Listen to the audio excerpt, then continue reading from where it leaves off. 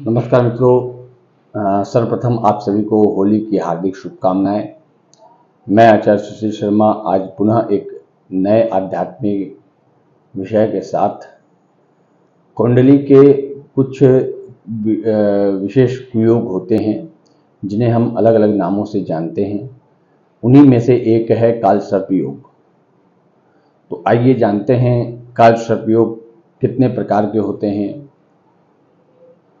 काल सर्प योग उसे कहते हैं जो राहु केतु सारे ग्रहों को अपने अंदर में करने और ग्रहों पर राहु केतु का पूरा प्रभाव हो तो उसे काल सर्प योग कहते हैं। काल सर्प योग मुख्यतः 12 प्रकार के होते हैं। इसमें सर्वप्रथम जो काल सर्प योग है वह अनंत नामक काल सर्प योग होता है।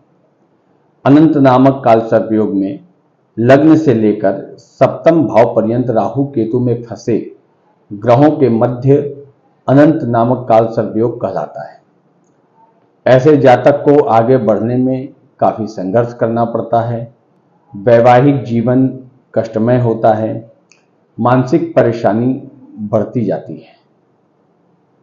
दूसरा, कुलिक नामक काल सर्प योग। कुलिक नामक काल सर्प योग में द्वितीय स्थान से अष्टम स्थान के मध्य पड़े ग्रहों की स्थिति के कारण कुलिक नामक काल सर्प योग बनता है।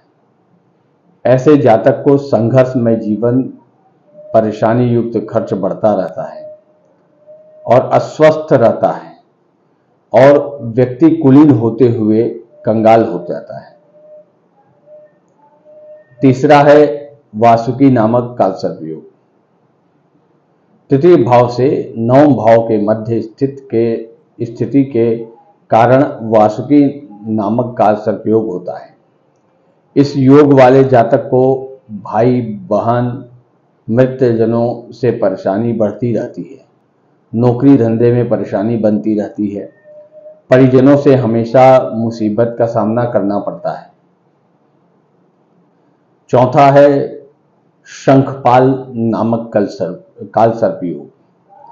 शंखपाल नामक काल सर्प योग चतुर्थ भाव से लेकर दशम स्थान पर्यंत राहु केतु के अंतर कैद ग्रहों की स्थिति के कारण शंखपाल नामक काल सर्प योग बनता है। इस योग वालों की माता, वाहन, नौकरों को लेकर परेशानी, पिता पत्नी की ओर से कष्ट मिलता है। विद्या अध्ययन में बाधा एवं विश्वासघात का सामना करना पड़ता है। इसके पश्चात पांचवा पद्म नाम काल सर्प योग। पद्म नाम काल सर्प योग पंचम स्थान से एकादश स्थान पर्यंत स्थित ग्रहों के कारण पद्म नामक काल सर्प योग होता है। इस योग वाले जातक को विद्या अध्ययन में रुकावट, संतान की चिंता रहती है। जीवन साथी विश्वास पात्र नहीं मिलता है, जिस कार्य में हाथ ये डालते हैं वह पूर्ण नहीं होता। छठा है महापद्म नामक काल सर्प योग। महापद्म नामक काल सर्प योग षष्ठ स्थान से 12वां स्थान के पर्यंत ग्रहों की स्थिति के कारण महापद्म नामक काल सर्प योग बनता है। इस योग के कारण जातक का चरित्र हास्यप्रद रहता है।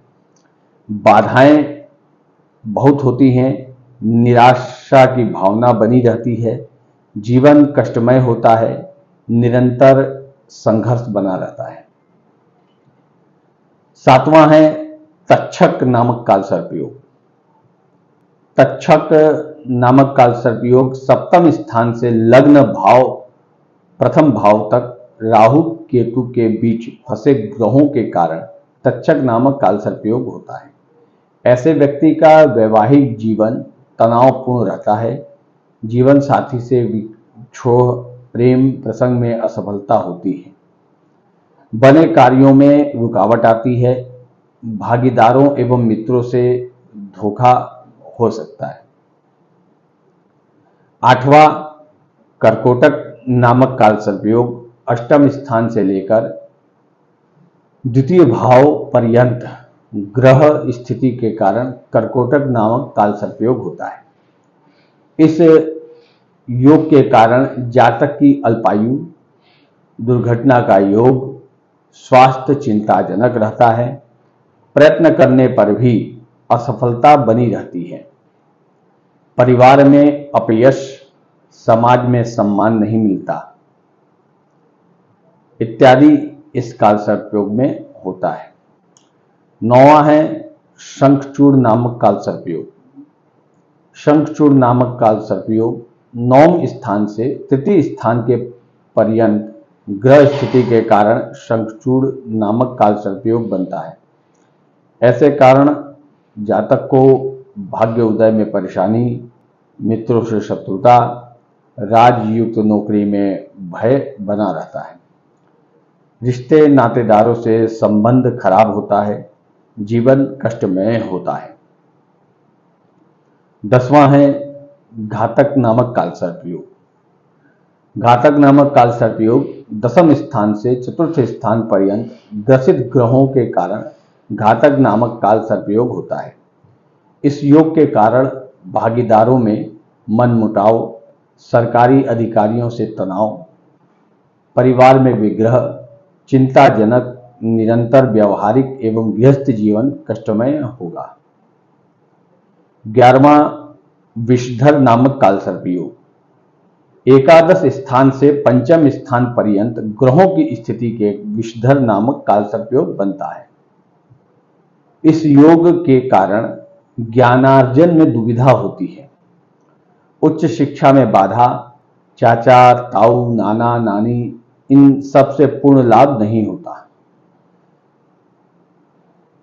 स्थान सुख नहीं मिलता, जीवन संतान विहीन होगा। 12वां शेषनाग नामक काल सर्पयोग। शेषनाग नामक काल सर्पयोग द्वादश स्थान से षष्ठम स्थान पर्यंत ग्रह स्थिति के कारण शेषनाग नामक काल सर्पयोग बनता है। इस योग के कारण जन्म स्थान देश से दूरी, शरीर संघर्षशील स्थिति, नेत्र पीड़ा ऐसे जातक को बनी रहती है। साथ ही गुप्त रोग, शत्रुता बहुत होती है। इनको मरने के बाद ख्याति प्राप्त होती है। इसका कोई भी कार्य देरी से ही होता है। यह द्वादश काल सर्पयोग के विषय में जानकारी थी। अभी तक काल सर्पयोग का कोई ठोस प्रमाण शास्त्रों में नहीं था, परंतु किन्हीं महाराज जी के द्वारा जो है यह बताया गया है और इसकी जो व्याख्याएं हैं, इसकी जो शांति है वह आगे के वीडियो में हम आपको बताएंगे, क्योंकि यह इसका प्रमाण कहीं तो मिला ही है। क्योंकि मेरे पास जो आया है वह आपको हम श्लोकबद्ध जो है इनके शांति और इसके विषय में आगे के वीडियो में बनाएंगे। उम्मीद करते हैं आपको यह वीडियो पसंद आया होगा और इस जानकारी को आगे से आगे आप लोग शेयर करें और चैनल को भी सब्सक्राइब करें ताकि ज़्यादा से ज़्यादा लोग इस पे जुड़ सकें और लोगों को इसका लाभ प्राप्त हो सके। जय विश्वनाथ।